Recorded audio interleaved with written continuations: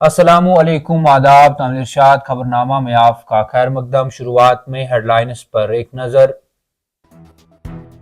شب برات کی تقریب سید وادی بر میں روح پرور اجتماعات کا انعقاد۔ مساجد، خانقاہوں، زیارت گاہوں میں توحید پرست درود و اذکار، ختمات الموضوعات اور ذکر کی محفلوں میں مہو۔ اگر مرکز اپنے وعدوں کو پورا کرنے میں ناکام رہتا ہے تو مرکز کے ساتھ تعلقات پر نظر ثانی کریں گے۔ عوام نے خدمت کا مینڈیٹ دیا ہے اور حکومت جموں کشمیر میں ترقی کو یقینی بنانے پر کام کر رہی ہے: عمر عبداللہ۔ امن کی بحالی اور ممکنہ خطرات سے نمٹنے کے لیے اپنی کوششوں اور کارروائیوں کو تیز کرے۔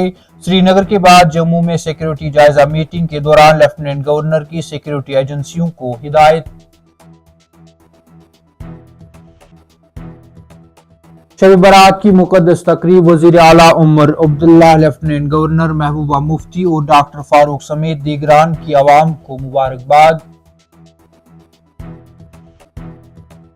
عیدگاہ سری نگر میں جاری تعمیراتی کام کو عید الفطر سے قبل مکمل کیا جائے گا۔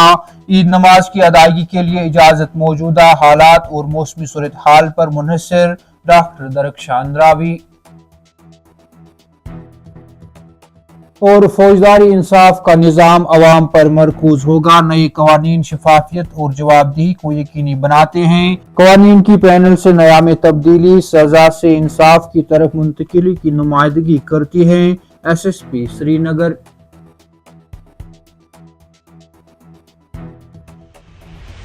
اب پیش ہے ان خبروں کی تفصیل۔ ٹنل کے آر پار شب برات کی تقریبات بڑی ہی عقیدت و احترام کے ساتھ منائی جا رہی ہیں۔ اس سلسلے میں دنیا بھر کے ساتھ ساتھ وادی بر میں بھی خصوصی تقاریب کا اہتمام کیا جا رہا ہے اور وادی میں شب برات کی سب سے بڑی تقریب درگاہ میں منعقد ہو رہی ہیں، جبکہ دیگر مساجد، خانقاہوں، زیارت گاہوں اور آستانوں میں بھی رات بھر شب خوانی کا اہتمام کیا جائے گا، جس دوران توحید پرست درود و اذکار، ختمات الموضوعات اور ذکر کی محفلوں میں مہو رہیں گے۔ اس ضمن میں سرکاری سطح پر بھی انتظامات کیے گئے ہیں تاکہ زائرین کو کسی بھی طرح کی مشکل کا سامنا نہ کرنا پڑے۔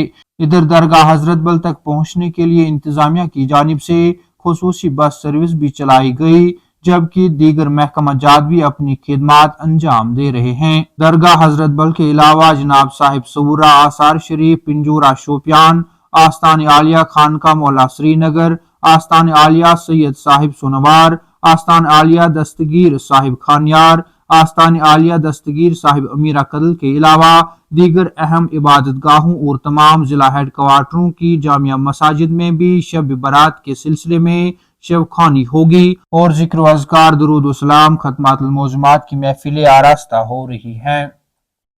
اگر مرکز اپنے وعدوں کو پورا کرنے میں ناکام رہتا ہے تو وہ اس کے ساتھ تعلقات پر نظر ثانی کریں گے کی بات کرتے ہوئے وزیر اعلیٰ عمر عبداللہ نے کہا کہ دفعہ 370 کی بحالی کی لڑائی سے دستبردار نہیں ہوئے اور اگر ایسا ہوتا تو ہم اسمبلی میں کوئی قرارداد پاس نہیں کرتے جس میں جموں کشمیر کی خصوصی حیثیت کو بحال کرنے اور آئینی ضمانتوں کو بھی واپس لانے کا مطالبہ کیا جاتا۔ انہوں نے یہ بھی واضح کیا کہ مرکز کے ساتھ اچھے کام کرنے والے تعلقات کو برقرار رکھنے کو بی جے پی کے ساتھ اتحاد کے طور پر غلط نہیں سمجھا جانا چاہیے۔